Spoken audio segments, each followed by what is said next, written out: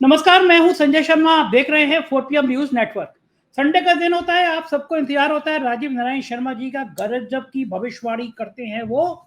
मैं हर बार कहता हूं कि अगर आपका ज्योतिष में यकीन है तो सुनिए, ना हो तो बिल्कुल मत सुनिए। मेरे को यकीन है, इसलिए मैं सुनता हूं। इस बार राजीव जी ने कमाल कर दिया है, बताया है कि जैन जी का आंदोलन क्यों भड़का, कौन सा ग्रह ऐसा है सरकार का, कौन सा ग्रह है ऐसा है भारत की राशि का जिससे नौजवान गुस्से में है, और फिर इसका परिणाम क्या होगा। इस बार उन्होंने बताया कि फौज क्यों एक्टिव हो रही है, तमाम कारण गिनाए हैं। दिल थाम के बैठी क्योंकि बहुत जबरदस्त है भविष्यवाणी। चल के लेके चलता हूं राजीव जी के पास। चैनल को सब्सक्राइब करिए, ज्वाइन करिए, सुनती क्या कहते हैं वो। 4 PM न्यूज नेटवर्क में स्वागत है राजीव नारायण जी आपका। पहले तो मैं आपसे ये अनुमति चाहूंगा कि मेरी मेरी जिंदगी भी बिल्कुल बैंड बज गई है। लोग आपका नंबर ढूंढ नहीं पाते। कम से कम हर हफ्ते में 200 से ज्यादा कॉल मेरे पास आती है कि राजीव जी का नंबर दे दो, राजीव जी का नंबर दे दो। तो मेरे एक सुझाव है, सब दर्शक भी सुन रहे होंगे इस बात को, कि आप अपनी मेल आईडी बता दीजिएगा बाद में। हम मेल आईडी नीचे डिस्क्रिप्शन बॉक्स में लिख देंगे, तो वो लोग आपको मेल कर दे, कम से कम मेरी मुसीबत छोड़े। तो दर्शकों, आज शुरुआत करने से पहले बता दे रहा हूँ कि डिस्क्रिप्शन बॉक्स में नीचे मेल आईडी होगी राजीव जी को, आप सीधे संपर्क कर लीजिएगा राजीव जी। पूरी दुनिया भर ठीक से है। आपकी पूरी दुनिया से आपके लिए संदेश आते हैं। दूसरी बात राजीव जी, मैं ये जानना चाहता हूँ, पिछली बार आपने भविष्यवाणी करी कि जब मंगल, मैं आपके संग रह रहा कि मैं भी थोड़ा थोड़ा ज्योतिषी हो गया हूँ, पंडित हो गया हूँ। बिल्कुल बिल्कुल बिल्कुल।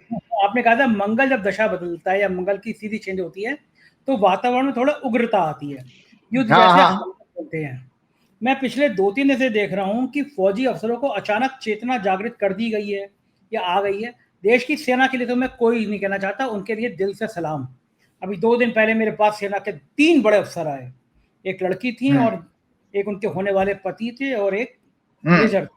तीनों सेना के बड़े अफसर थे और बहुत सारी बातें सेना की तो मैंने उनसे कहा कि कोई भी अफसर, सेना का सैनिक हो, अफसर हो, कोई मिलिट्री के हम यूनिफॉर्म देखते हैं तो ईमानदारी से सही बताऊं अब राजीव जी, मैं किसी की भावना आहत नहीं करना चाहता, लेकिन मैंने भगवा वस्त्र पहने हुए इतने पतित, इतने पापी लोग देखे हैं कि जिस भगवा को देखकर मेरा दिल सम्मान से झुक जाता था, पैर छूने का मन करता था। अब डरने लगा हूं कि पता नहीं भगवा के पीछे एक संत है, आंखें नहीं है। ईश्वर माफ करे, मैं किसी की शारीरिक बनावट पर टिप्पणी नहीं करना चाहता, लेकिन उनके विचार इतने गंदे, इतने बीभत्स, इतने घिनौने हैं। मुझे लगता है इस आदमी के लोग पैर कैसे छू सकते हैं।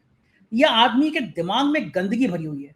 किसी की जीभ काटने की बात करता है, किसी की हत्या करने की बात करता है, किसी धर्म विशेष को अपमानित करने की बात करता है। तो ऐसा व्यक्ति भगवा कैसे पहन सकता है। तो मैंने उन अफसरों से कहा कि अब मेरा दिल भगवे से ज्यादा सम्मान इस सेना की वर्दी को देख के करता है। जब ये सेना की कोई बिल्कुल किसी भी संत से ज्यादा धार्मिक है ये लोग, क्योंकि इनका धर्म देश की रक्षा करना है और ये लोग हैं तो हम सुरक्षित हैं। लेकिन मैं देख रहा हूं कि 2-3 दिन से बड़ा सेना के अफसरों के बयान आ रहे हैं, पाकिस्तान को लेके बयान आ रहे हैं। और ये तब हो रहा है जब पाकिस्तान को लेके देश की जो हमारी सरकार ने जो जो झूठ बोला था, झूठ नहीं बोलना चाहिए। इस देश का कोई भी आदमी पाकिस्तान के संपर्क में नहीं है। संपर्क मतलब उसके प्रति भावना भी नहीं है। कोई हमारे देश के प्रति आंख उठा के देखे तो हम चाहेंगे वो देश तबाह हो जाए, बर्बाद हो जाए। लेकिन आप झूठ तो मत बोलो। आपको यही नहीं पता कि आप जिस देश पे आक्रमण करने जा रहे हो उसकी ताकत क्या है, इंटेलिजेंस क्या होती है। डोभाल साहब का काम क्या पिक्चर बनाना होता है अपने ऊपर? उनका काम ये होना होता है कि अगर मान लो युद्ध की स्थिति बनी तो हमारे दुश्मन देश के साथ कौन कौन सा देश आ सकता है, उसकी कितनी क्षमता है। आपकी एक खराब नीति से पूरी दुनिया पाकिस्तान के साथ खड़ी नजर आ गई। और कौन बचा? रूस हो गया, चीन हो गया, अमेरिका हो गया, टर्की हो गया, सब तो उसके साथ खड़े नजर आ रहे हैं। अमेरिका तो बिछा जा रहा है पाकिस्तान के लिए, तो आपकी नीति कहां चलेगी? मेरा बड़ा सवाल यह है कि आपने मुझसे कहा था कि मंगल चेंज हो रहा है, और मंगल की स्थिति जब चेंज होती है या कोई परिवर्तन होता है तो उग्रता आती है, युद्ध जैसे हालात बनते हैं। तो मैं बहुत डरते डरते आपसे सवाल पूछ रहा हूं कि जो फौजी अफसरों के पाकिस्तान को लेकर बयान आ रहे हैं, क्या राहत इंदौरी का एक शेर है, और शेर इस तरह है, सीमाओं पर बहुत तनाव है क्या, मालूम करो चुनाव है क्या। तो चुनाव तो नहीं है, लेकिन इस तरह के हालात बन रहे हैं, हमारे प्रधानमंत्री जी को लग रहा है कि उनका संतुलन गड़बड़ा रहा है, उनका विरोध बहुत हो रहा है। बिहार में जो वोट चोरी का खेल शुरू हो गया है, गली गली में, मोहल्ले मोहल्ले में, आपने भविष्यवाणी की थी कि जन आंदोलन खड़े होंगे, वही हो रहा है कि वोट चोर गद्दी छोड़ के नारे लग रहे हैं। ऐसी स्थिति में सीमाओं पर तनाव है क्या, मालूम करो चुनाव है क्या। चुनाव ना हो लेकिन गद्दी पे संकट आता है तो बड़े बड़े शासक सीमाओं पे कुछ हेर-फेर करा देते हैं। हमारे सामने उदाहरण है कि पुलवामा में क्या हुआ आज तक किसी को पता नहीं। आपके ग्रह नक्षत्र क्या बता रहे हैं कि कोई युद्ध तो नहीं है ना, हमारा देश शांति से रहेगा, हम गांधी के लोग हैं, हम हिंसा नहीं चाहते, लेकिन आपके सितारे क्या कह रहे हैं दर्शकों को आज पहले ये बताइए। बहुत अच्छी बात, तो आपने बिल्कुल सच कहा। जो ये पिछला प्रोग्राम दर्शकों, फिर मैं वापस इंडिया की चार्ट में आता हूं, और ये वाली हॉरस दशा है, दशा जो मंगल की 6 सितंबर से शुरू हुई है। तो आपको जानकारी के लिए संजय जी फिर से रिपीट करता था, मंगल जो है, आपने ठीक कहा, आर्म फोर्सेस का, सेना का और वार का और हिंसा का, वायलेंट का, अटैक का, इन सब का कारक है। और छठवां घर होता है हमारा बॉर्डर डिस्प्यूट का, और तीसरा घर भी बॉर्डर डिस्प्यूट का होता है।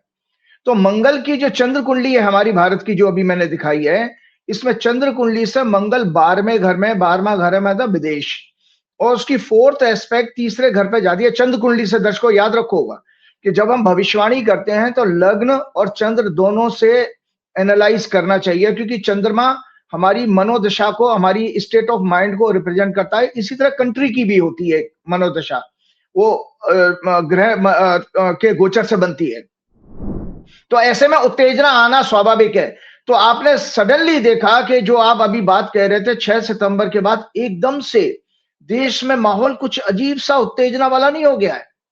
आप देखिए कि हम हैरान हैं। मैंने भी अखबार में पढ़ा था कि इन फौजी अफसरों को क्या जरूरत है इस समय इन सब बयानबाजी करने के लिए। वो सम्माननीय है, इसमें कोई शक नहीं है। वो जितना सेक्रीफाइस करते हैं इतना कोई किसी प्रोफेशन में हमारे देश में नहीं है जो फौजियों का सेक्रीफाइस। मैं बहुत सारे रिटायर्ड जनरल्स को जानता हूं, उन्होंने मुझे ये कहा था कि आचार्य जी, सेना हमारी, अगर पूरी दुनिया में कोई सेक्युलर, परफेक्ट सेक्युलर अगर कोई फोर्स है तो वो भारतीय सेना है। लेकिन कुछ हमारे इस समय के जो पॉलिटिशियंस हैं, भगवान जाने क्या लालच दे देते हैं कि कुछ अफसरों को इस तरह की बातें कहकर के आने जिसकी जरूरत नहीं है। मुझे कोट याद आता संजय जी, उन सेना अफसर का, नरवाने थे, पता नहीं कौन, जो महाराष्ट्र के थे, उन्होंने बहुत अच्छी बात की थी। वो इतना संतुलित और एजुकेटेड, वो टीवी चैनल में डिबेट वगैरह में भी आते रहते हैं। उन्होंने कहा था कि वार जो है हमारे माइंड में होता है, और दुनिया का कोई भी दो देशों के बीच में कॉन्फ्लिक्ट वार से रिजॉल्व नहीं हो सकता। एक फौज का अफसर कह रहा था, आर्मी जनरल, हमारे ये जनरल कुछ कह रहे हैं, मतलब कितना गलत बयान उनका आया इस समय के माहौल में, जहां पर चीजों को डिफ्यूज करना चाहिए, शांत करना चाहिए। वहां पर हमारे आर्मी जनरल जो अभी वर्तमान है वो कह रहे हैं कि पाकिस्तान अगर नक्शे पे रहना चाहता दुनिया के, तो जो है कहना उसको संयम बरतना चाहिए। तो ये धमकी क्या जरूरत है ऐसे केसेस में, जबकि हम सब देख रहे हैं दर्शकों, आप लोगों ने भी देखा कि ऑपरेशन सिंदूर में क्या, किसको क्या मिला, ये बार बार चर्चा करने का विषय नहीं है। लेकिन हमारी डिप्लोमेसी तो का तो पूरी तरह बैंड बज गया। और जो पाकिस्तान को सक्सेस मिली है कि अभी पिछली मीटिंग में भी उसने, डोनाल्ड ट्रंप ने ये कहा, आई लव जनरल मुनीर, वो जनरल मुनीर को आई लव कह रहा है। और इसके अलावा एक चीज और मैं आपको चौंकाने वाली बात बता देता हूं कि जो इसमें क्या नाम है, पाकिस्तान के अभी 2 दिन पहले फॉरेन मिनिस्टर का, एक हमारे फॉरेन मिनिस्टर है जो कुछ बोलते ही नहीं है, भगवान जाने उनका चेहरा ही इतना ऑरा लेस है कि लगता ही नहीं है कोई विदेश मंत्री है किसी देश का। तो पाकिस्तान, दर्शकों ये टाइम्स ऑफ इंडिया है आपका 4 अक्टूबर का, जिसमें पाकिस्तान के फॉरेन मिनिस्टर ने ये कहा, if other countries join Pakistan Saudi Arabia defence pact it will become NATO like alliance. और वो फॉरेन मिनिस्टर ये भी कहते हैं, by God's will Pakistan will lead 57 Islamic nations. मतलब एक तरफ वो 57 मुस्लिम देशों का सिरमौर और मतलब चीफ बनने जा रहा है पाकिस्तान। और हमारे यहाँ और उनके डिप्लोमेट्स को बार बार आर्मी, मतलब उनके आर्मी चीफ को और प्राइम मिनिस्टर को बार बार अमेरिकन प्रशासन समर्थन दे रहा है और उनको सम्मान दे रहा है, और चाइना भी दे रहा है। तो हमारे फौजी अफसरों को ये सब इस समय नहीं करना चाहिए। उनका काम है देश की सुरक्षा का। अगर हमारी देखिए प्रश्न चिन्ह तो राजनाथ जी की मिनिस्ट्री पर भी लग जाता है, होम मिनिस्ट्री भी लग जाता है कि कैसे बाहर से आतंकवादी आके हमारे पहलगाम में हमारे निर्दोष टूरिस्टों को मार गए, जिसकी कोई, संजय जी, उसकी कोई जांच कमेटी भी नहीं बैठी, कोई बताया भी नहीं लगाया गया, और उसके लिए किस दंड भी कुछ नहीं मिला। ये सब बेकार की बातें हैं। ऑपरेशन सिंदूर नाम को जबरदस्ती इनकैश किया जा रहा है और कुछ नहीं है। क्योंकि वो हम सब बीजेपी की कुंडली को जो चर्चा करते हैं तो बार बार प्रोपेगेंडा, तो ये प्रोपेगेंडा बीजेपी की कुंडली में तीसरा घर देखिएगा जो कम्युनिकेशन का होता है वो तो फॉल्स प्रोपेगेंडा का था, उनका हथकंडा यही है। और जो आप चुनाव की बात कर रहे थे ना, किसी शायर की जब बात कर रहे थे संजय जी, ये चलेगा अभी, ये चीजें और बढ़ाई जाएंगी क्योंकि बिहार का चुनाव अभी अगले हफ्ते अनाउंस होने वाला है। और इनके पास आपने देखा वो 10,000 रुपए की जो किस्त दी थी महिलाओं को वो फ्लॉप हो गई। जीएसटी का जो रिलैक्सेशन दिया गया था जनता को वो बैकफायर कर गया, मतलब वो भी इसका कोई लाभ नहीं मिला क्योंकि लोगों को समझ में आ गया कि भाई आप लोग इसी जीएसटी को लागू करने वाले आप थे। 8 साल से आपने लाखों करोड़ हमारा जनता का पैसा चूस लिया और लास्ट में आप झुंझुना पकड़ा रहे हो, कह रहे हो साहब आपकी हैप्पी दिवाली हो गई है। तो लोग ये जिस सब जान रहे हैं वो समझ चुके हैं, तो वो भी बैकफायर कर गया। तो अब इनके पास एकमात्र है या तो हिंदू मुसलमान करना, जो आप आई लव मोहम्मद में जबरदस्ती आप अटैक करवा रहे हैं और मतलब पुलिस भी लाठियां बजा रही है, सब कुछ हो रहा है, जबकि उसमें कोई वायलेंस वाली कोई ऐसी बात नहीं है। हर एक को अपने धर्म गुरु और जो धर्म के संस्थापक है उनको याद करने का, किसी भी रूप में हम याद करें, क्योंकि हमारे देश में कॉन्स्टिट्यूशन के जो फंडामेंटल राइट्स है उसमें राइट टू फेथ भी है, हमारा राइट टू रिलीजन है। भाई हमारा जो पर्सनल फेथ है हमें उसमें रेस्पेक्ट, हमको उसको करने का अधिकार है। तो संजय जी बिहार के चुनाव तक ये चलेगा। तो धर्म मतलब इनके पास अल्टीमेटली वही हथकंडा है कि कोई कम्युनल राइट्स कराना या फौज के जरिए वो ऑपरेशन सिंदूर को वाले मुद्दे को और हाईलाइट करना। मतलब कैसी कैसी वो एयर चीफ हमारे कह रहे हैं कि 14-15 विमान गिरा दिए। अरे भाई पाकिस्तान कह रहा है, पाकिस्तान ने तो 4 आपके राफेल के नंबर, उनके टेल नंबर जो होते हैं, टेल नंबर भी रिलीज कर दिए थे कि बताओ वो आपके 4 राफेल गिरे नहीं गिरे। तो ये सब चीजें करने की जरूरत नहीं है। हमें उन सेनाध्यक्ष का जरूर या नरवाने जी का याद रखना चाहिए। उन्होंने कहा था 2 देशों के बीच में हमेशा रिलेशन डिप्लोमेटिक प्रोसेस से ही रिजॉल्व होने चाहिए। आप डिप्लोमेटिक प्रोसेस से क्यों नहीं रिजॉल्व करते? झगड़े से कभी, हिंसा से कभी कोई चीज हासिल नहीं हो सकती, क्योंकि आप बार बार अक्सर प्रोग्राम में कहते हो ना कि ये गांधी का देश है, और गांधी ने किस तरह से विदेशियों को भगाया था? नॉन वायलेंस से। क्योंकि हमारे धर्म के 10 लक्षण में से एक लक्षण अहिंसा का भी है। आप हिंसा की बात करेंगे तो अधर्म हो जाएगा, अच्छा फौज हो या कोई, हमको अपनी सीमाओं का सुरक्षा करने का पूरा अधिकार है। तो संजय जी इसलिए कह रहा हूं, ये बात क्यों उठ रही है कि भारत तीसरे घर से हमारे आर्म फोर्सेस आते हैं जो भारत की कुंडली में 5 गिरे हैं, और इस समय मंगल 6वें घर में गोचर कर रहा है तुला राशि में। दर्शकों तुला राशि में मंगल है, तुला और 6वां घर होता है बॉर्डर डिस्प्यूट का। तो डिस्प्यूट नजर आ रहा, 45 डेज का गोचर होता है। 14 तारीख को मंगल आया था संजय जी। तो आंदोलन भी 14 तारीख के बाद हुआ जो लेह में हुआ था, उसमें वहां के आपने एक्टिविस्ट को, एक वो सोनम वांगचुक को अरेस्ट कर लिया है, वो भी इनको बैकफायर करेगा क्योंकि दुनिया भर की मीडिया। एक सेकंड, मैं अगला सवाल इसी से जोड़ना चाहता हूं कि देश में अचानक जैन जी हैं जो नौजवान हैं उनके अंदर गुस्सा उबलने लगा है। और मेरे को तो न्यूटन का नियम है कि क्रिया की प्रतिक्रिया होती है। आप जब बेरोजगार खड़ी कर दोगे, सेना के लिए कहते हो कि भाई अग्निवीर है, इनकी कोई परमानेंट नहीं, कोई पेंशन नहीं, कोई कुछ नहीं। दूसरी तरफ मंत्रियों के भ्रष्टाचार के किस्से बिल्कुल खुलते जा रहे हैं। गडकरी के बेटे हजारों करोड़ के मालिक हो गए। आज मैंने रेल मंत्री की स्टोरी करी है कि रेल मंत्री की एक पत्नी की एक कंपनी में कैसी सहभागिता और कैसे करोड़ों के ठेके। तो जब आपके मिनिस्टर्स के ऐसे घोटाले लगातार एक के बाद एक खुलते रहेंगे, बेईमानी के राज खुलते रहेंगे, और नौजवानों के हाथ में बाबा जी का ठुल्लू आएगा तो नौजवान सड़क पे आएंगे। ये बात अलग है कि हमारे देश का नौजवान बहुत पढ़ा लिखा है, हिंसक नहीं होगा, लेकिन जेपी की तरह, अन्ना आंदोलन की तरह सड़क पे तो आ सकता है। भारत माता की जय कहेगा, हाथ में तिरंगा झंडा लेगा, वंदे मातरम कहेगा, नारे लगाएगा, एक माहौल तो बनेगा। मैं ये जानना चाहता हूँ कि भारत की, जो आप अक्सर भारत की जन्मपत्री दिखाते हैं, गृह नक्षत्र की बात करते हैं, क्या भारत की जन्मपत्री में भी कुछ ऐसा है जिससे आप कह सकें कि भारत में भी एक बड़ा आंदोलन खड़ा हो सकता है? और जैन जी का गुस्सा, सरकार डर गई है। मोहन भागवत की बॉडी लैंग्वेज बदली हुई थी 15 अगस्त के भाषण पर, स्वच्छमा की जगह विजयदशमी के भाषण पर। विजयदशमी के भाषण पे ऐसा ज्ञान दे रहे थे, वो किसके लिए ज्ञान दे रहे थे भाई? अपने मोदी और योगी पे तो लागू नहीं होता। डर के मारे मोदी जी ने एक सिक्का जारी कर दिया, क्योंकि ये नौजवानों का गुस्सा ना, देख रहे हैं कि दुनिया की कितनी बड़ी से बड़ी हुकूमत पलट गई है।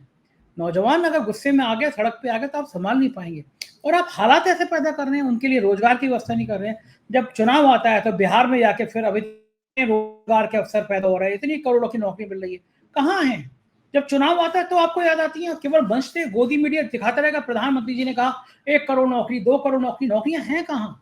बेरोजगारी का स्तर बढ़ क्यों रहा है? तो मैं जानना चाहता हूँ कि कौन सा ग्रह ऐसा है जो अचानक देश में जैन जी गुस्से में आ रहा, और इसका अंत क्या होगा, परिणाम क्या होगा? जैन जी कैसे संभले, गुस्से को अपने कैसे शांत रखे? राजीव। देखो संजय जी, हमने अपने प्रोग्राम में पिछले 2 प्रोग्राम में लगातार एक रिसर्च दर्शकों को शेयर की थी, एस्ट्रोलॉजिकल रिसर्च के भारत में, आजाद भारत में इंडिपेंडेंस के बाद जो मेजर आंदोलन हुए हैं, जहां पर युवाओं का रोल आया, मैं उसको रिपीट नहीं करूंगा, दर्शकों के पास है वो राइटअप भी आपके पास है, क्योंकि मैं दर्शकों का वैल्यूएबल टाइम नहीं उसमें कंज्यूम करना चाहता, लेकिन ये बात सच है। तो मैं जब हम लोग जब एस्ट्रोलॉजी में रिसर्च कर रहे थे, तो दर्शकों आपकी जानकारी के लिए मैं बता देता हूँ, आपके हमारे सबके व्यक्तिगत जीवन में जब भी कोई महादशा बदलती है, और उस समय अपनी उस ट्रांजिट को, जब वो महादशा आपकी बदल रही है, और उस समय जो ब्रह्मांड में गोचर में जो ग्रह हैं, उनको फिक्स कर दो अपनी जन्म कुंडली में। तो आप ये देखो कि कुंडली का कौन सा भाव जागृत हो रहा है, कौन सा हाउस एक्टिवेट हो रहा है, तो वहां से संबंधित घटनाएं घटेंगी। आपके प्रश्न का जवाब आ रहा है, बहुत इंपॉर्टेंट। तो संजय जी, भारत की कुंडली अभी मैंने दिखाई थी, आप इंडिया की कुंडली और ये मंगल का गोचर जरा साथ साथ अपने ऑफिस में बोलिएगा, लगा देंगे। ये भारत की कुंडली और मंगल का गोचर जब 6 सितंबर को शुरू हुआ था, तो ये साथ साथ देखिए। तो संजय जी, इसमें ये जो हाउस निकल के आया, ये पहला घर कहते हैं लग्न, ये कन्या राशि आई है, ये भारत की कुंडली में बच्चों का और युवाओं का घर है। आपका प्रश्न का जवाब आ रहा है कि जब मंगल की महादशा शुरू हुई, उस समय ब्रह्मांड में जो लग्न था, ब्रह्मांड में, वो भारत की कुंडली में जब मैं उसको फिक्स करता हूं, तो भारत की कुंडली में संतान भाव बना। संतान, तो देश के लिए संतान क्या हो गई? आपके युवा बच्चे। और 5वें घर से हमारी एजुकेशन भी आती है, तो स्टूडेंट्स भी होते हैं। तो इसीलिए ये 7 वर्ष में, नॉट ओनली 1 दिन 2 दिन की बात नहीं कह रहा हूं मैं, 7 ईयर्स में जो भी बात युवाओं की करेगा, वो इसमें देश में सत्ता पर राज करेगा। याद रख लीजिएगा, वो सत्ता उखाड़ के फेंक दी जाएगी, कितनी ही मजबूत हो, कितना ही मजबूत उसकी आइडियोलॉजी हो, चाहे संघ हो या कोई भी हो, दुनिया की कोई ताकत जो है उस युवाओं की एनर्जी को रोक नहीं पाएगी, क्योंकि ये बदलाव का संकेत है। और वो उसका बदलाव का संकेत मैं आपको रामायण के उदाहरण से भी देना चाहूंगा, कि जहां स्वयं राम ने क्या महत्व बताया इस काल को, इस ग्रह गणना को, ज्योतिष को। तो सबसे पहले संजय जी आपको बता देता, अक्सर जैन जी की बात हो रही है, तो मैं छोटा सा एक राइटअप तैयार किया था। ये शेयर है कि भाई हमारे जो पिछले 100 साल में 4 तरह की जनरेशन को डिवाइड किया गया। आपको जैन जी में डिफरेंस क्या आया? तो the generational categories are typically defined based on birth years. They are defined as, एक साइलेंट जनरेशन हुई थी संजय जी 1928 से 1945। 1928 से 1945 के बीच में जो पैदा हुए थे, वो साइलेंट जनरेशन थी। और उनकी क्या कैरेक्टरिस्टिक्स थी? This generation lived through great depression and world war II। They are considered hard working, disciplined and traditional. उसमें से कुछ बुजुर्ग अभी जिंदा होंगे, हमारे मोदी जी इसके बाद के हैं। नंबर 2 आए बेबी बूमर्स 1946 से 1964, named after the post world war baby boom.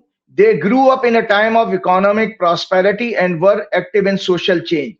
Number 3 category आती है जनरेशन की, मिलेनियल्स और generation x, born between 1981 to 1996, grew up with digital technology, emphasized social awareness and personal growth. और generation Z, Gen Z, born after 97 to 2012, digital natives हैं ये, comfortable with social media and technology, aware of social justice. Sanjay ji, ये this is the generation. मैं आपके बताता हूं तो उनके माँ बाप भी हैरान होंगे। मेरे पास तो बहुत सारे कंसल्टेशन आते हैं, बच्चों के आते हैं, और मैं आपको बताता हूं, जैसे एक छोटा सा उदाहरण बताता हूं, शेयर करता हूं। एक बच्चा संजय जी मेरे पास आया था, अपने माँ बाप को लेकर 3 IIT के अटेम्प्ट दे चुका था वो, और उसके बाद उसका फिर भी नहीं सिलेक्शन हुआ। तो जब वो मेरे पास आया अपने पिताजी के, और उस बच्चे ने मेरा नंबर कैसे खोजा, आपको जो संजय जी दर्शकों को जानकर के हंसी होगी, मैं क्या अपना पर्सनल एग्जांपल बता रहा हूं, लेकिन कुछ ना कुछ मैसेज है इसलिए बता रहा हूं। क्योंकि मेरा कहीं भी नंबर कोई किसी सोशल मीडिया प्लेटफॉर्म पर नहीं है, तो जब वो बच्चा, और जाटों का बच्चा था, जाट था वो, हरियाणा से अपने पापा के साथ आया था मेरे घर में, तो उसने ये कहा, आचार्य जी मैंने AI से पूछा कि आचार्य राजीव का कोई न्यूमेरिकल संख्या वाला कोई कोट है कहीं, कि पोस्ट है कहीं? मतलब नंबर वो ढूंढना चाह रहा है, तो उसमें से कहीं वो उसने एआई ने फटाफट इधर उधर से ढूंढ ढांड करके किसी पोस्ट में कहीं प्रीवियस फेसबुक वगैरह पे कहीं मैंने नंबर दे रखा होगा किसी को, वो नंबर ढूंढ के दे दिया। उस तरह से उस फैमिली ने मुझे अप्रोच किया। अब आपने बड़ा बढ़िया काम किया। अब जितने दर्शक है ना वो सब एआई से आपका नंबर तलाशेंगे और अब मेरी मुखी वो नहीं कहेंगे, एआई से नंबर तलाश करके सब आप तक पहुंच जाएंगे। ये काम बढ़िया किया है। जी जी जी। तो उसके बाद उस बच्चे को आया, तो जब मैंने बच्चे की हॉरोस्कोप देखी तो मैंने, बेटा तुम्हारी जिंदगी में तो इन्वेस्टमेंट बैंकर लिखा है, तुम तो एमबीए करोगे, इंजीनियरिंग तो नाम मात्र की है, तो काय को आपने 2 साल बर्बाद कर दिए आईआईटी की तैयारी में, और तीसरा अटेम्प्ट भी आपका बेकार गया, चौथे के लिए मत तैयार करो। तो मैं आपको बता रहा हूं, जेन जी चूंकि चेंज चाहती है और जल्दी उनको अगर लॉजिक और रीजनिंग से समझाएंगे समझ जाती है। तो ये और उस बच्चे को मैंने बताया, तो उस बच्चे का एक एडमिशन हो चुका था थापर इंजीनियरिंग कॉलेज में। तो मैंने तुरंत पेरेंट्स से कहा, देखो नाम मात्र की इंजीनियरिंग करेगा ये, इसको इंजीनियरिंग करा दो, आईआईटी का टैग छोड़ दो, ये बच्चा फिर बाहर अमेरिका या कहीं किसी देश में जाकर के एमबीए करेगा फाइनेंस में, और उसके बाद इसको जो है इसकी जीवन बहुत अच्छा है। तो इसलिए ये जो बच्चे हैं टेक्नोलॉजी और aware of social justice and environmental issues, इन बच्चों के अंदर सबसे अच्छी क्वालिटी यह है कि जो भी समाज में विषमताएं, जो भी समाज में डिफरेंसेस, जो भी समाज में जो गवर्नमेंट अपनी रिस्पॉन्सिबिलिटी पूरी नहीं कर पाए, they are very much aware. वो हाल सोशल मीडिया से इकट्ठा करते हैं और उसके ऊपर वो कमेंट भी करना चाहते हैं। So very very good generation, क्योंकि ये स्मार्टफोन की जनरेशन है। Generation G's unhappiness and dissatisfaction stem from a confluence of economic insecurity, climate fears, political distress, and social injustice compounded by government's perceived failure to act. तो ये government की जो failures हैं, जो उनके इश्यूज हैं, इनको एम्प्लॉयमेंट देना, महंगाई कम करना, और जो जात पात का भेदभाव पैदा करना, ये आजकल जनरेशन, इस जनरेशन को पसंद नहीं है। जनरेशन किसी भी कास्ट एंड क्रीड में और डिफरेंसेस में नहीं बिलीव करती है सोसाइटी के। ये बेसिकली ये दे आर वेरी गुड, ये कि हम ह्यूमन हैं और हमको ह्यूमन बिहेवियर अडॉप्ट करना चाहिए। Their social, emotional and psychological issues are more than any other generations due to nuclear family upbringing, hostile relation between their parents, working parents, frequent breakouts in the relationship between boys and girls, distrust in marriages. Their mainly issues are anxiety, loneliness, identity struggles, burnout, eco-anxiety, hatred in the society. They are very much concerned about the hatred in the society. उनको अच्छा नहीं लगता है। Spread by, especially they are very very aware of social media, गोदी media का जो role है उसके लिए बहुत वो नाराज हैं। सबसे बड़ा उनका दुश्मन वो मानते हैं इस सिस्टम के फेलियर का, वो गोदी मीडिया है। Spread by media, political leaders on the basis of religion, caste. सबसे बड़ी बात, ये लास्ट टाइम हमारे आपके चैनल में नहीं दिखाया था, ये जरूर उन लोगों को दिखाइएगा कि इस जनरेशन की साइकोलॉजिकल और इंटेलेक्चुअल क्वालिटीज क्या है। इमोशनल क्वालिटीज इनकी, एम्पैथेटिक है ये लोग, सोशली अवेयर है, ये जरूर दिखाई। लास्ट टाइम ये छूट गया था, ये बहुत जरूरी है, क्योंकि जब तक इस जनरेशन को कोई भी सरकार, कोई भी ऑफिसर और कोई भी उनके पेरेंट्स भी समझे, तो ये जनरेशन क्या है, एम्पैथेटिक है, सोशली अवेयर है। This generation is often highly empathetic with strong sense of social justice. They prioritise inclusivity, diversity, मतलब वो वसुदेव कुटुंबकम, and causes like climate change, racial equality and mental health advocacy. ये अपने बच्चे कहने से चूकते नहीं है कि मुझे डिप्रेशन हो रहा है, इसीलिए देखिए वो कहते हैं और शेयर करते हैं, लोगों से काउंसलिंग लेते हैं। दे लाइक मोर। राजीव जी मैं क्षमा चाहूंगा, एक चीज और मैं बड़ी महत्वपूर्ण पूछना चाहता हूँ।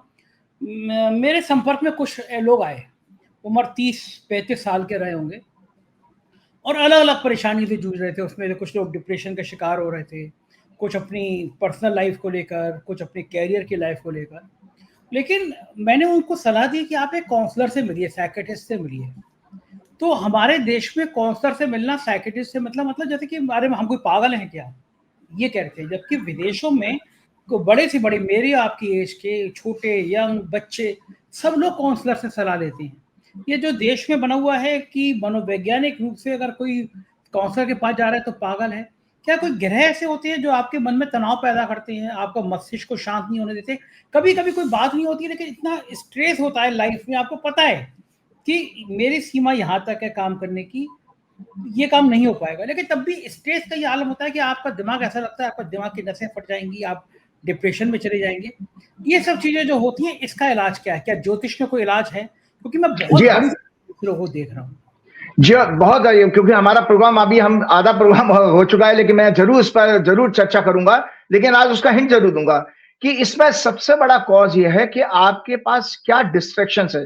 दर्शकों मेरी बात ध्यान से सुनिएगा, मतलब किस चीज से माइंड आपका डिस्टर्ब हो रहा है, डिस्ट्रैक्शंस क्या है जो आपके फोकस को बिगाड़ रहे हैं। देखिए योग का मतलब है कंसंट्रेशन, डीप कंसंट्रेशन। कोई भी काम करिए, अगर एक मोची संजय जी जूता सिल रहा है और उसके बराबर में एक मर्सिडीज जा रही है, उसको पता ही नहीं है, तो उसका योग हो चुका है अपने काम में, तभी तो वो डीप कंसंट्रेशन से काम कर रहा है। कोई कारपेंटर कोई बढ़िया कार्विंग कर रहा है, कार्विंग का काम कर रहा है, वो भी उसका कंसंट्रेशन है। तो हम लोगों का कंसंट्रेशन इस समय पूरी तरह स्मार्ट फोन के पीरियड में हमारा कंसंट्रेशन तो खराब हो चुका है। सोशल मीडिया पे बम्बार्डमेंट है, प्लस जितना हमारा जो मेन स्ट्रीम मीडिया है, जितना, इसका कारण फेक न्यूज भी है। Fake news, false narrative, propaganda, political system, ये झूठ बोलने का जो मैंने पिछले प्रोग्राम में आपको पाप और पुण्य का जो भेद बताया था, उसमें पाप को यही माना गया है कि जो आप असत्य का प्रचार करते हो, असत्य बोलना और असत्य को प्रमोट करना, जो मोदी जी और बीजेपी, इवन आरएसएस भी इसमें लिप्त है, उसके कारण आपका माइंड डिस्ट्रैक्ट होता है। तो उसका साइंटिफिक रीजन बता दूंगा, लेकिन ज्योतिषी कारण तो जरूर होता, मन, चंद्रमा और बुद्धि का कारण, पांचवा घर। जैसे मैंने आपके पिछले प्रोग्राम में 2-3 प्रोग्राम पहले कहा था ना, भाजपा की कुंडली में मंद बुद्धि का और अंधभक्त बनने का कारण क्या है? शनि की दृष्टि 5वें घर पर है। 5वां घर होता है बुद्धि का, हमारा इंटेलेक्ट का, विजडम का भी। तो 5वें घर में शनि की दृष्टि, पंचमें मिथुन लोगन की कुंडली है बीजेपी की जो मैंने दिखाई थी, उसमें शुक्र है, तो 5वें घर के शुक्र पर भी शनि की दृष्टि है। तो शनि है मतलब स्लो डाउन करना, शनि शनि धीरे धीरे, तो उस एनर्जी को स्लो कर दिया। इसलिए बीजेपी की कुंडली में और बीजेपी में जो भी लोग ज्वाइन करते हैं वो अपना विजडम खो देते हैं। वो इसीलिए वो मोदी जी के ताली थाली बजाने लगते हैं, वो फूल बरसा तो फूल बरसाने लगते हैं। मोदी जी कहते हैं मेरे खून में, मेरे शरीर में खून नहीं सिंदूर दौड़ रहा है, तो वो भी लोग कहने लगते हैं कि हमारे सिंदूर दौड़ रहा है। तो जो मोदी जी कहेंगे वो हो जाता है। तो मैं पहले इस जनरेशन को बताते तो वो कारण आज जरूर बताता हूं आपको। तो एक तो ये एंजाइटी प्रोन होते हैं ये बच्चे, कि ये सबसे बड़ी इस जनरेशन की क्या है कि इनको एंगेजमेंट चाहिए। अगर एंगेजमेंट, अगर ये बिजी नहीं है तो डिस्ट्रक्टिव हो जाएंगे। एनर्जी है ना, देखिए एक एनर्जी का अगर आप यूटिलाइज, एनर्जी का सबसे बड़ा फंडामेंटल सिद्धांत है थर्मोडायनेमिक्स में, it has to be channelise. इस एनर्जी को चैनल चाहिए। आपके पास थॉट्स आ रहे हैं, आपका डिप्रेशन में जाने का कारण ये क्या है? आपके थॉट्स बन रहे हैं। थॉट्स कहां से बन रहे हैं? आपके सेंसेस से, इंद्रियों से। वो थॉट्स बने और वो चैनलाइज नहीं हुए, तो फिर वो आपको परेशान कर देंगे, या तो गुस्सा आएगा या डिप्रेशन में चले जाओगे आप। थॉट्स को चैनलाइज होना चाहिए। तो इसीलिए जब आप काउंसलर के पास जाते हो तो अपनी बातों को कह लेते हो। आजकल न्यूक्लियर फैमिली है, सर्किल हमारा संजय जी इतना छोटा होता जा रहा है। आज आपके पास जेन्युइन फ्रेंड नहीं है, कोई आपको पता नहीं है कि आप अपनी किसी से बात करो, वो आपके सोशल मीडिया में पोस्ट बना करके आपको बदनाम कर देगा। तो लोग इस तरह से फायदा उठाने लगे हैं, तो लोग बड़े इनसिक्योरिटी फील कर रहे हैं। So that is why they need regular counselling, और ये नीड ऑफ द आवर भी है।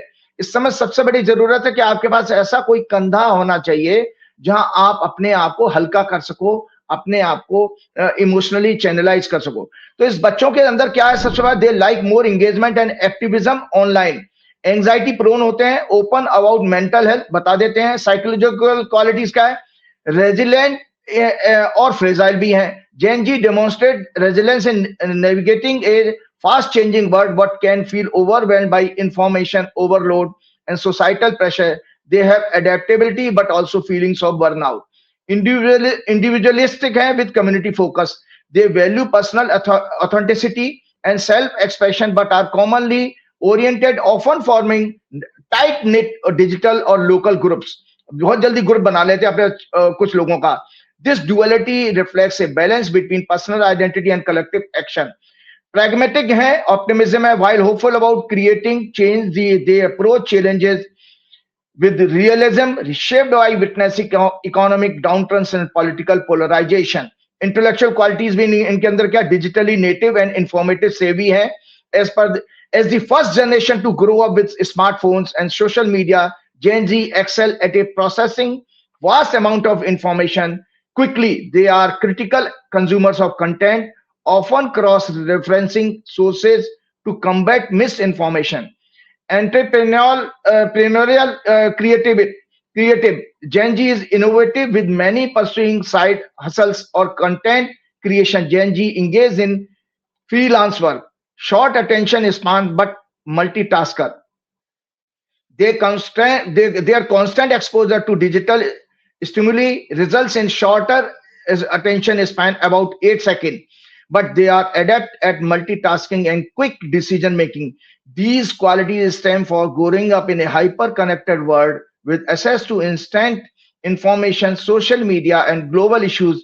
Economic challenges like student debt and housing cost, along with cultural shift towards inclusivity, shape their worldview. Their intellectual agility is tempered by emotional sensitivity to global crisis, making them both proactive and introspective. तो ये सब चीजें इनके अंदर हैं. इस यही कारण है कि इस जनरेशन को ये बहुत जल्दी चेंज को पसंद करती है, और अगर चेंज ना मिले तो ये जो है बहुत जल्दी अपने आप को डिप्रेसिव मूड में भी लेके जा सकते हैं.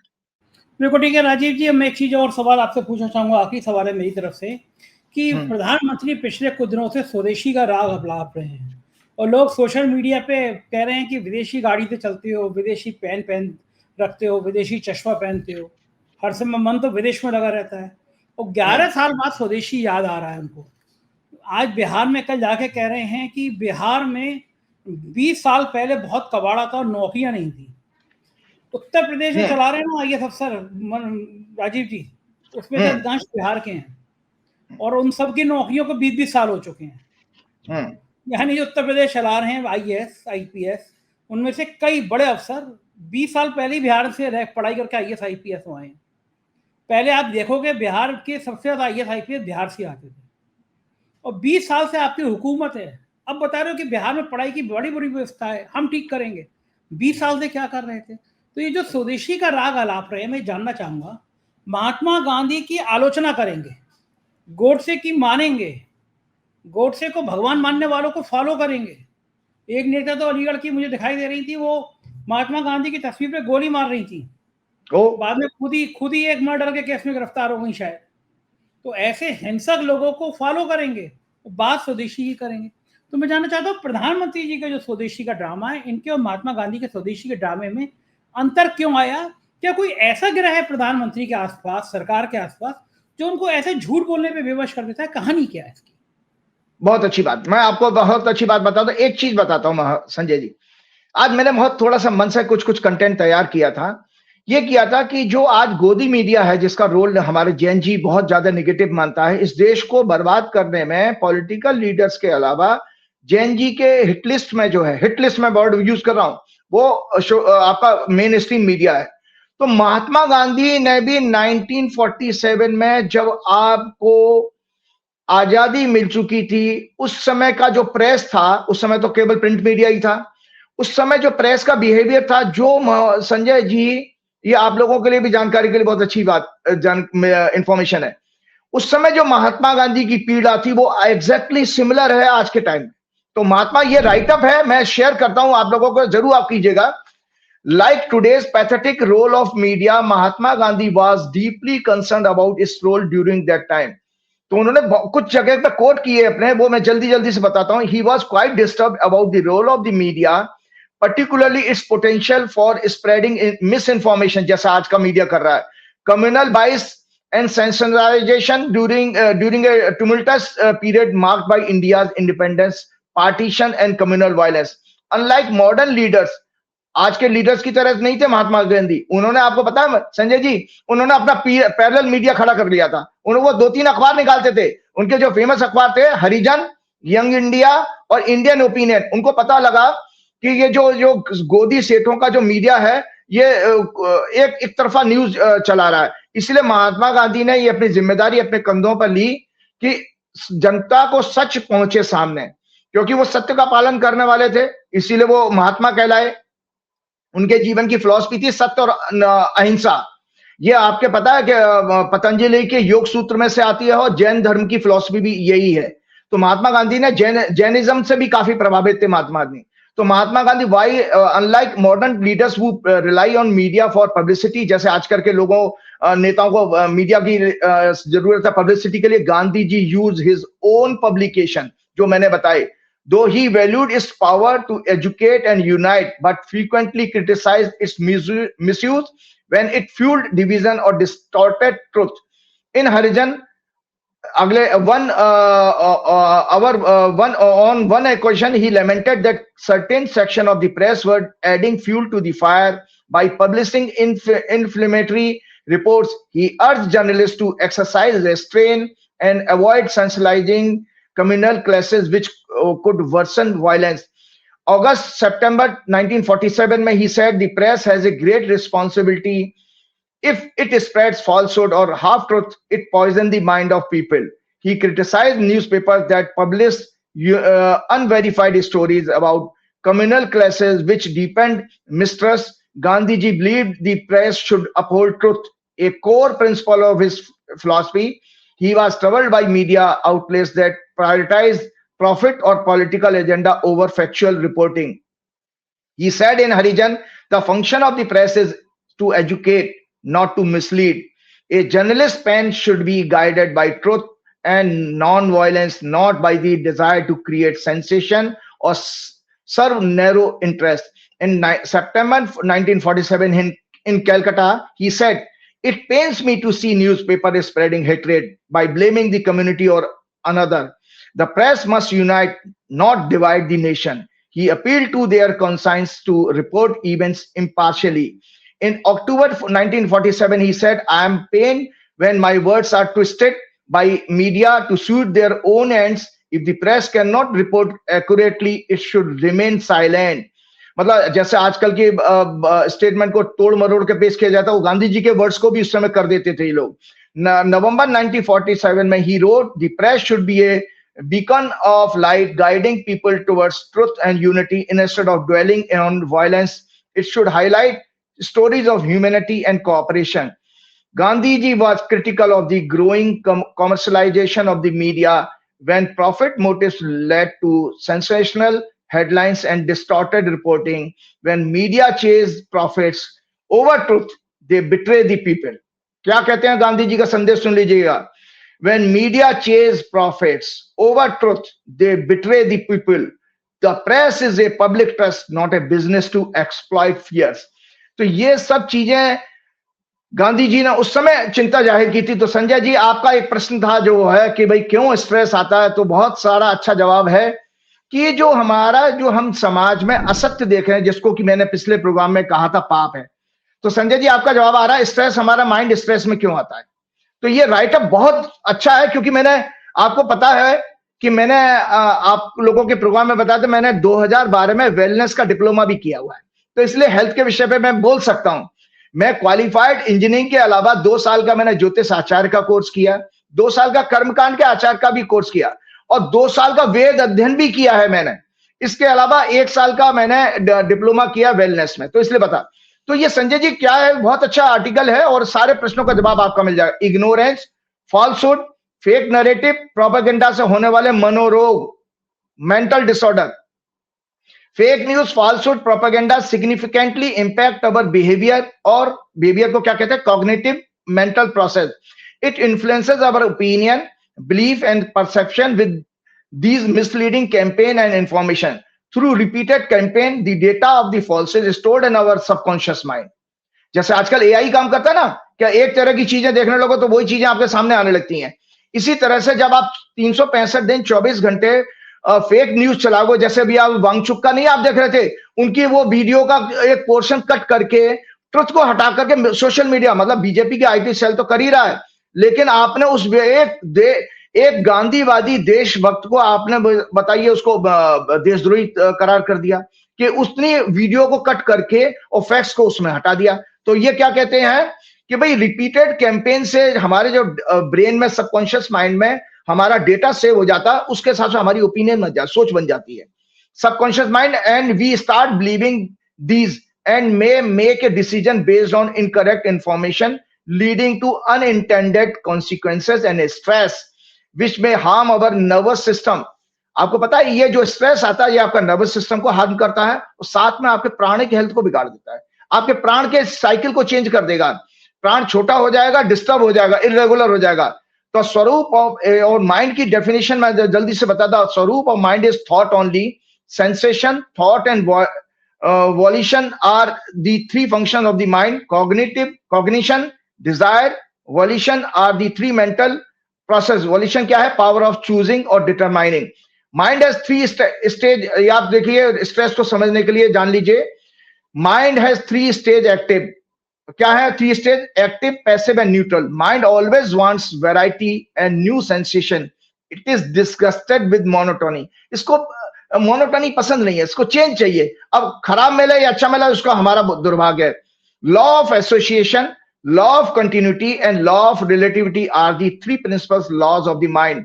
These are the characteristics of the mind. Example क्या है? Change, activity, separation, ideation, action, physical life, characterisation मतलब धर्म, thinking, planning, feeling, knowing are the various activities that are going in the mind. अगर आपने चेंज नहीं दिया तो ये आपको डिस्टर्ब करने लगा, ये डिस्ट्रक्टिव फोर्स बन जाता है। So volition brings all the mental faculties into play. ये जो हम आपके कहते हैं ना भाई, हम पावर ऑफ चूजिंग, हमें चूज करना चाहिए। देखो संजय जी, आपके स्ट्रेस का जवाब आ रहा है, हमको चूज करना चाहिए कि पावर हमारे पास भगवान ने एक दी है कि हम चूज कर सकें किस चीज से हमको स्ट्रेस आ रहा है, उसको छोड़ना ही आपके लिए पास सोल्यूशन है। अगर आप उसमें उलझे रहेंगे, अगर आपको गोदी मीडिया देख करके स्ट्रेस आ रहा, बंद कर दीजिए देखना। आपको उन सड़े गले अखबारों को पढ़ने से कोई फायदा नहीं है, उसमें कोई ज्ञान नहीं बढ़ने वाला, कोई डिग्री नहीं मिलने वाली है। वो रद्दी है, रद्दी से भी गए गुजरे हैं। वो आपको भैंस चोराने के लिए बात करेंगे या वो और मोदी जी वाली सारी बातें आ जाएंगी। तो इसमें क्या है कि अब उसके लिए बेस्ट क्या होता है? By introspection we can know what exactly is going on at different times in the mind. तो सॉल्यूशन क्या दिया है इस स्ट्रेस को मैनेज करने का? कि हमको समय समय पर इंट्रोस्पेक्शन, जिसको हिंदी में चिंतन कहते हैं। तो जब आप चिंतन की आदत डाल लेते हो, इशू मेडिटेशन से चिंतन शुरू होता है। मतलब आप आइसोलेट हो जाइए, पहले तो सोर्स को बंद कर दीजिए। सीधी सी बात है संजय जी, एक लॉजिक है कि जब आपके घर में आग लगती है तो पहला काम आप क्या करते हो? भागते हो वहां से, उस जगह पर रहते तो नहीं है। तो आपको वो चीज छोड़ना ही पहला सोल्यूशन है, पहला रेमेडी आपकी यही कि छोड़िए उस चीज को। मतलब मित्र अगर आपका स्ट्रेस दे रहा है, मित्र को छोड़ दीजिएगा।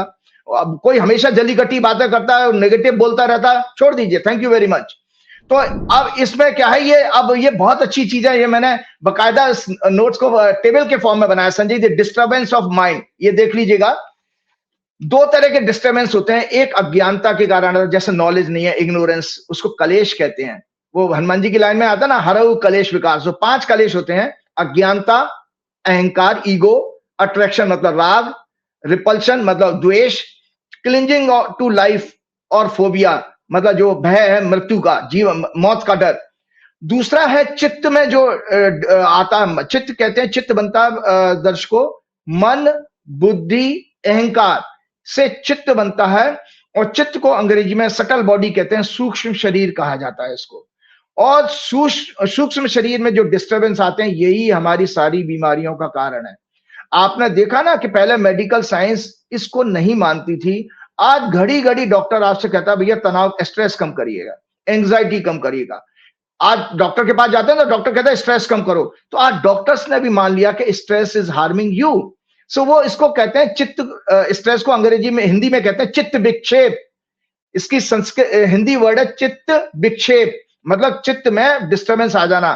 तो ये 9 प्रकार के हैं संजय जी। व्याधि, वेरियस फिजिकल डिजीज, डलनेस, सुस्ती बढ़ जाना, संशय, डाउट पैदा होना, काम करें नहीं करें, होगा नहीं होगा, अरे तो ये क्यों हो रहा है, या अरे अब तो मोदी को कौन हटाएगा, ये डाउट्स आ रहे हैं आपके अंदर, ये मनोरोग हो रहा है, बढ़ रहा है। Procrastination, an act of delaying और पोस्टपोनिंग, लेजीनेस, आलस, वर्डली माइंडनेस, ये मोह, इल्यूजन, भ्रम और confusion, inability to find any state of yoga, मतलब कंसंट्रेट करना आपको मुश्किल हो रहा है, तो ये भी मानसिक रोग है। Inability to maintain a state of yoga, state of yoga को भी मेंटेन करना आपके लिए मुश्किल हो रहा है, तो उसमें दुख, उसके सिम्टम्स क्या होते हैं? दुख आता है, दुखी रहोगे, डिजेक्शन आता है, मन नहीं लगता है, ट्रेमर्स, शरीर कांपने लगता है, ब्रेथलेसनेस, सांस आपकी जल्दी चलने लगती है, पुअर हो जाती है, बिगड़ जाती है। तो ये सब चीजें आपके कारण है, कॉज मैंने बता दिया। ये सब का सब कारण जो है आपका गोदी मीडिया है, जो लगातार असत्य आप देख रहे हैं, किसी भी फॉर्म में हो। आप जो संत, साधु संत महात्मा, वो भी असत्य बता रहे हैं कि भाई ये काम कर लोगे तो ये हो जाएगा, ये ग्रह टल जाएंगे, वो टल जाएंगे। सत्य कुछ और है। तो मैं आपको जल्दी से आपका प्रश्न का जवाब देता हूं कि महात्मा गांधी के स्वदेशी कॉल में और मोदी जी के स्वदेशी कॉल में लंबा चौड़ा था, लेकिन आज संक्षिप्त करूंगा, फिर अगले प्रोग्राम में करूंगा। बेसिक डिफरेंस हमको दर्शकों ये जानना होगा, दोनों के दोनों गुजरात से आते हैं और दोनों के दोनों एक ही कम्युनिटी के हैं, लगभग वैश्य कम्युनिटी के हैं। तो ये दर्शकों जानने के लिए आपको गांधी जी और मोदी जी को समझना पड़ेगा। तो ये मोदी जी गुजरात के वडनगर से संबंध रखते हैं, जबकि ये राइटअप जरूर शेयर कीजिएगा। जबकि महात्मा गांधी पोरबंदर में जन्मे थे। महात्मा गांधी का प्रेरणा कहां से मिली? He drew spiritual inspiration from diverse sources including Shrimad Bhagavad Gita, Jainism, Christianity, Tolstoy writing. His spirituality was pluralistic, emphasizing universal truth and compassion, transcending religious boundaries. He saw leadership as a spiritual mission where personal and political actions were inseparable from moral and spiritual integrity. Ahimsa was the cornerstone of his spiritual philosophy, guiding his personal life and political action. He believed in resolving conflicts through non-violent resistance, जिसको सत्याग्रह कहते हैं। सत्याग्रह का अंग्रेजी है non violent resistance, viewing it as a universal spiritual principle applicable to all aspects of life. Gandhi ji embrace simplicity as a spiritual ideal, living frugally and rejecting material comforts to align with the poor. एक धोती में रहते थे सारे, उन्होंने सांसारिक सुख त्याग दिए, कोई पद का लोभ नहीं था, कोई पद उन्होंने आजादी के बाद में नहीं एक्सपेक्ट ही नहीं किया, ना मांगा. His spiritual values emphasise detachment from materialism, जो कि पहला सिद्धांत है आदि शंकराचार्य के अनुसार आध्यात्म के जीवन में प्रगति करने के लिए पहला सिद्धांत ही आपका वैराग्य है. तो वो गांधी जी के अंदर था वैराग्य का, कि जब आप वो कॉल कह रहे थे कि भाई अंग्रेजों के सामान को, ब्रिटिशर्स के सामान को उन्होंने बाइकआउट करने का कॉल दिया जब, तो उन्होंने अपने जीवन में भी स्वयं उसको धारण किया कि वो हाथ से बुना हुआ, चरखे से बना हुआ, हैंड वूवन क्लॉथ से बना हुआ, जिसको खादी कहते हैं, वो धोती पहनते थे, केवल एक धोती. और धोती पहनने का उनका एक मकसद ये था कि वो अपने देश के आखिरी गरीब से उसको जोड़ना चाहते थे, कि तन ढकने के लिए केवल एक कपड़ा चाहिए, उस एक कपड़े को वो बस उन्होंने सिंबल बना लिया था. तो इसीलिए गांधी जी ने जब भी कोई कॉल दिया स्वदेशी का, तो उसमें सक्सेस मिलना स्वाभाविक था. क्यों? क्योंकि वो एक आध्यात्मिक व्यक्ति थे. मोदी जी आध्यात्मिक नहीं है, मैं मोदी जी के बारे में आगे बताता हूं. तो गांधी जी परस्यूड लॉ, और गांधी जी की एजुकेशन भी बहुत अच्छी थी. Gandhi ji pursued law in London, became barrister in 1891. He studied law alongside Western philosophy. उन्होंने इसके अलावा वेस्टर्न फिलोसफी भी पढ़ी है, लिटरेचर पढ़ा, क्रिश्चियनिटी पढ़ा, which broadened his world view. Gandhi ji ने धर्म के सभी दक्ष लक्षणों, एट्रीब्यूट्स जिसको कहते हैं, और क्या है वो? धैर्य, क्षमा, विद्या, सत्य, अहिंसा, क्रोध न करना, चोरी न करना, मन को वश में रखना, बाहरी और आंतरिक शुद्धि और इंद्रियों पर नियंत्रण का पालन करने का प्रयास किया, उसको अपने जीवन में जिया है. उन्होंने महर्षि पतंजलि के अनुसार बताए गए योगी के व्यक्तित्व और चरित्र में सुधार के लिए यम कौन है? 2 यम नियम अष्टांग योग में कहा जाए तो यम है अहिंसा, सत्य, चोरी न करना, ब्रह्मचर्य, अपरिग्रह मतलब आवश्यकता से अधिक संचय न करना, और नियम में है 5, शौच यानी शुद्धता बाहरी और आंतरिक, संतोष कंटेंटमेंट, स्वाध्याय सेल्फ रीडिंग, तप ऑस्टेरिटी, और ईश्वर के आगे समर्पण का पूर्णतः पालन के लिए. इसीलिए वो महात्मा कहलाए. महात्मा का अर्थ होता है दर्शकों महान आत्मा. जिस आत्मा ने संसार के सुखों को त्याग दिया हो वो महान आत्मा कहलाती है. महात्मा कभी गेरुआ कपड़ा पहनने वाला नहीं होता, गेरुआ कपड़े पहनने वाला वही व्यक्ति होगा जो संसार से दूर हो चुका हो। लेकिन अगर संसार में घोड़ा, गाड़ी, बंगला इस यशो आराम को भोग रहा है, जैसे कि अभी वो वसंत कुंज के एक महाराज जी का सेक्स स्कैंडल एक्सपोज हुआ, ऐसे लोग महात्मा नहीं है, ये महात्मा हमारे संस्कृति को बदनाम करने वाले लोग हैं। अब इसके विपरीत मोदी जी क्या है? तो मोदी जी का ये कॉल जो है स्वदेशी कॉल एक फर्जीवाड़ा है, और जिसको कि मैं आगे बताता हूं। मोदी जी इसके विपरीत, मोदी जी की शिक्षा साधारण रही है, उनकी डिग्री भी कंट्रोवर्शियल है, आरएसएस में भी रहकर उन्होंने कोई एक्स्ट्रा ऑर्डिनरी काम नहीं किया। मैं बहुत सारे आरएसएस के उनके साथ के लोगों को भी जानता हूं, उन्होंने कहा मोदी कभी भी आरएसएस के समय में भी कोई एक्स्ट्रा ऑर्डिनरी व्यक्ति नहीं थे, उनके अंदर ऐसा कोई टैलेंट नहीं था, उन्होंने ऐसा आरएसएस में कोई मूलभूत परिवर्तन नहीं किया, कोई भी उनका ऐसा काम नहीं था जो प्रशंसा किया जाए। एक्स्ट्रा ऑर्डिनरी काम नहीं किया, ना उसके लिए उन्होंने कोई रिकॉग्निशन प्राप्त हुआ उनको। गांधी जी के एकदम विपरीत वे लग्जरियस लाइफस्टाइल, मोदी जी कौन है? गांधी जी के एकदम 180 डिग्री अपोजिट, लग्जरियस लाइफस्टाइल और महंगे महंगे विदेशी प्रोडक्ट्स आइटम्स का शौक रखते हैं। दिन भर 365 दिन असत्य फाल्सूट का सहारा लेकर अपने पद का दुरुपयोग करके मीडिया और कॉर्पोरेट की मदद से अपनी लार्जर देन लाइफ की इमेज या ब्रांड बनाने में व्यस्त रहते हैं, जबकि गांधी जी सत्य का पालन करते थे। ये दिन भर 24 घंटे 365 दिन।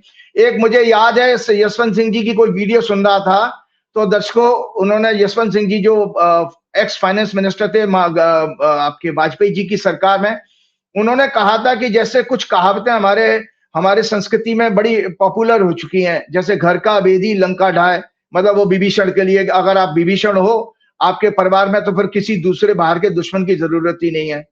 तो इसी तरह से उसमें, और जैसे का सत्य बोलने की जब आते तो क्या, जब कोई सत्य ज्यादा बोलता तो कहते हैं क्या राजा हरिश्चंद्र है क्या तू? तो ये राजा हरिश्चंद्र जो है बेसिकली सिंबलाइज थे सत्य के लिए, तो गांधी जी भी इसी तरह के थे।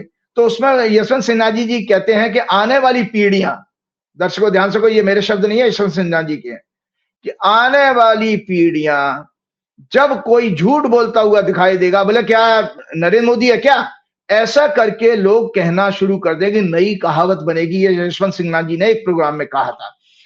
तो इसका मतलब ये लार्जर देन लाइफ की इमेज या ब्रांड बनाने में व्यस्त रहते हैं, इसीलिए उनके अंदर सदैव, इसीलिए ये क्या है, हमेशा गुस्से में भटकती तनी रहती हैं, सदैव क्रोध, नफरत, भेदभाव, बदला लेने की भावना, निंदा करना, कटु वचन बोलना, भ्रष्टाचार आदि जैसी अनैतिक आध्यात्मिक बुराइयां हैं। ये स्पिरिचुअलिटी से कोसों दूर है। राग, द्वेष, घृणा इनके अंदर कूट कूट कर भरा हुआ है। छल कपट, चुनावी मैनिपुलेशन से सत्ता पर कब्जा करना इनकी विशेषता है। ये हिंसा और दमन के द्वारा अपने से प्रश्न पूछने वालों की आवाज बंद कराना जानते हैं। ये ना तो संतोषी हैं, ना ईश्वर के भक्त, और स्वाध्याय भी इनका जीरो है। आंतरिक शुद्धता पर इनकी प्रश्न चिन्ह लगा हुआ है। ये केवल भक्ति और कर्मकांड का प्रोपोगंडा करना जानते हैं। तो ये संजय जी है। अब सच आता है ये आपके लिए कि भाई गांधी जी का स्वदेशी सक्सेसफुल इसलिए हुआ था कि वो आध्यात्मिक व्यक्ति थे। तो ये एक राइटअप है, ये भी देखिए कि उस समय की जरूरत क्या थी गांधी जी का। Mahatma Gandhi called Swadeshi during India's freedom struggle. Mahatma Gandhi promoted the Swadeshi movement as a key strategy during India's freedom struggle. क्योंकि आरएसएस के जब मोहन भागवत जी ने इस बात को कहा है, और वो भी 1905 की बात कर रहे हैं, तो भागवत जी को भी मैं बता देता हूं कि मैंने हॉरोस्कोप डिस्कस की है, लेकिन अगले प्रोग्राम में डिटेल में जाऊंगा। मैं सिर्फ एक ब्रीफ बता देता हूं कि आरएसएस का स्वदेशी कॉल और भाजपा का स्वदेशी कॉल मोदी जी का एक फर्जीवाड़ा है, जो कि कभी पूरा नहीं होगा, जिसकी वास्तविक स्थिति भी आज की डेट में ग्लोबल जो रियलिटीज है वो पूरी नहीं हो पाएंगी। तो महात्मा गांधी प्रोमोटेड दिस स्वदेशी मूवमेंट एज ए की strategy during India's freedom struggle. स्वदेशी आंदोलन का फॉर्मल कॉल उन्होंने सबसे पहले 1905 में बंगाल पार्टीशन के प्रोटेस्ट के समय दिया था, but Gandhi ji significantly amplified it during the non cooperation movement of 1919 to 1922 and later during the Namak Satyagraha of 1930. He urged people to adopt khadi, hand woven cloth and boycott foreign goods to weaken colonial economic control. वो दरअसल वो अंग्रेजों की economy को week करना चाहते थे। अब आज की डेट में आप किसकी इकोनॉमी को वीक करना चाहते हो? भाई मोदी जी का तो फोर्सेबल है ये स्वदेशी प्रेम। संजय जी, जब अमेरिका ने 50% टैरिफ लगा दिए, जिस अमेरिका के डोनाल्ड ट्रंप को आप रोज कहते थे कि मेरा मित्र है, उसके लिए जाके प्रचार भी करके आप आए, उसने जब आपको धोखा दिया तो आपका जो वहां से आपको सेटबैक मिला है, तब आपको लगा, और आपके केवल आपकी फ्लॉड डिप्लोमेसी के कारण आज भारत के पास 50% जो आया। और संजय जी, एक जानकारी जल्दी से शेयर कर देता हूं। अभी एक रिपोर्ट आई है, 2 लाख करोड़ FIs अभी 2025 में इस सितंबर तक निकाल चुके हैं। 2 लाख करोड़, गूगल पर सर्च करके देख लेंगे। तो आप GST रिलीफ भी दिया, तब भी FIs को कोई फर्क नहीं पड़ा। FIs तो आपको थैंक यू वेरी मच कह चुके हैं। तो वो गांधी जी का जो कॉल था वो बेसिकली उसलिए सक्सेसफुल होना था, एक तो उसका स्पिरिचुअल सिग्निफिकेंस था। For Gandhi ji, swadeshi was not just an economic policy but a spiritual philosophy. It fostered self reliance and self respect, strengthening the soul of both the individual and the nation. क्योंकि वो अपने देश का उत्पाद और अपने देश की संस्कृति को बढ़ावा दे रहे थे, तो इसलिए वो आध्यात्मिक पक्ष था, सिंप्लिसिटी थी, और गांधी जी ने उसको सादगी और संयम से जिया भी है। Swadeshi aligned with Gandhi ji principle of simplicity and restraint, जबकि मोदी जी ने उन्होंने इसके लिए सत्य अहिंसा त्याग को अपनाकर सिर्फ एक हैंड वूवन क्लॉथ की धोती पहनने तक अपने आप को सीमित किया। By adopting khadi, people were encouraged to move away from materialistic consumption and embrace simpler lifestyle. अब मोहन भागवत जी और मोदी जी किस ब्याह पर ये कह सकते हैं? उनके जो जीवन में कथनी और करनी में फर्क है। वो तो सारे विदेशी चीजों को इस्तेमाल करने वाले हैं। मोहन भागवत जी भी इतने सारे कमांडोज लेकर के चल रहे हैं, इतना बढ़िया लग्जरियस उनका RSS का दफ्तर बन गया, तो उनकी कॉल लोगों को अट्रैक्ट नहीं करे कि हिपोक्रेसी नजर आ रही है। Symbol of non violence, the Swadeshi movement was a non violent means to resist British economic exploitation, embodying spiritual strength and moral integrity. और सोशल सिग्निफिकेंस भी था इसके जरिए, promoted local small and medium entrepreneurs, boosting the rural and local economy, providing employment opportunities, national unity का भी symbol था ये उनका आंदोलन। The movement at the time United diverse communities, जबकि हमारे यहाँ देखिए उस समय के आंदोलन ने सारी डाइवर्स कम्युनिटीज को एक किया था, यूनिफाई किया था। और हमारे यहाँ तो आप आई लव मोहम्मद के नाम पर भी बांट रहे हो, तो आप अपने देश को बांट कर चलो फिर। राजीव जी, और मैं आपको रोकना चाह रहा हूँ क्योंकि समय आज हम लोगों ने खूब ले लिया, घंटा हो गया, तो आप संक्षिप्त में आप तो बस, तो इसीलिए आज मैं आपको अगले प्रोग्राम में जरूर इस बात को बताऊंगा कि जो मैंने ये हॉरोस्कोप जो डिस्कस की है, इसमें मुझे इंडिया का हॉरोस्कोप, बीजेपी का हॉरोस्कोप, RSS के हॉरोस्कोप से कोई दूर दूर तक संकेत नजर नहीं आता। ना तो भारत की कुंडली अलाउ करती है, ना RSS की कुंडली अलाउ करती है, ना बीजेपी की कुंडली अलाउ करती है। कोई स्वदेशी मूवमेंट हमारे यहाँ सफल नहीं हो पाएगा। इसके साथ ही चलते चलते हनुमान जी से प्रार्थना करते हैं, श्री गुरुचंद सरोज रज निज मन मुकुर सुधार, वर्ण रघुवर बिमल जसु जो दायक फलचार, बुद्धिहीन तनु जान के सुमरो पवन कुमार, बल बुद्धि विद्या देव मोह हरऊ कलेश का। जय श्री राम। जय। बहुत शुक्रिया राजीव जी। ये थे राजीव नारायण जी, पूरी बातचीत सुनी आपने, मुझको यकीन है बातचीत पसंद आई होगी। अपनी राय सबक कराइएगा। Thank you.